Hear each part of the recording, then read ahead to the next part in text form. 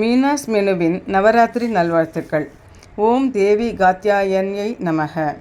பராசக்தி ஹிமவான் மகளாக சிவனை குறித்து தவம் செய்து சிவனை மணந்து உலகை உருவாக்கி வீர மகனுக்கு தாயாகி என்று படிப்படியாக பெண்களின் வெவ்வேறு பரிணாமங்களை நமக்கு இந்த நவராத்திரியில் உணர்த்துகிறாள். நவராத்திரியின் 6ஆம் நாளான சஷ்டி அன்று காத்யாயனியாக நமக்கு இன்னொரு பரிணாமத்தையும் காட்டுகிறாள். காத்யாயன முனிவர் பார்வதியே தனக்கு மகளாக வர வேண்டும் என தவம் இருக்கிறார்.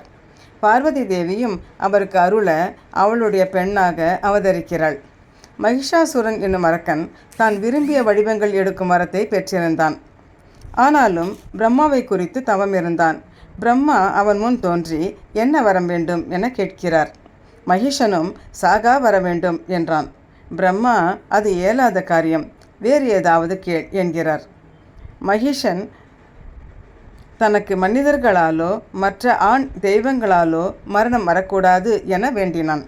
பிரம்மாவும் வரம் தந்தார். இதனால் செருக்கடைந்த மகிஷன் எல்லோரையும் துன்புறுத்தி வந்தான்.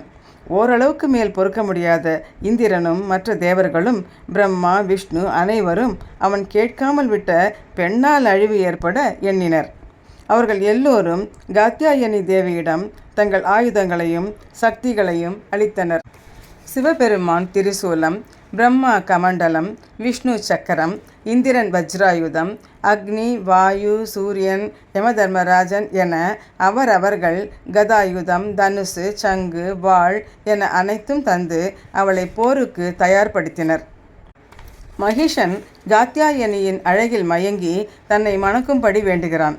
ஆனால் காத்யாயனியோ தன்னுடன் போர் செய்ய கூறுகிறாள். மகிஷன் பெண் தானே என அலட்சியமாக எண்ணி போரிடுகிறான். தன் உருவத்தை மாற்றி மாற்றி போரிடுகிறான். காத்யாயனி சிம்ம வாகனத்தில் தன் அனைத்து கரங்களிலும் எல்லா ஆயுதங்களையும் தரித்து உக்கிரமாக போரிடுகிறாள். இறுதியில் மகிஷ தலையுடன் அசுரனாக வரும்பொழுது காத்யாயனி அவன் மேல் பாய்ந்து அவனை வதம் செய்கிறாள்.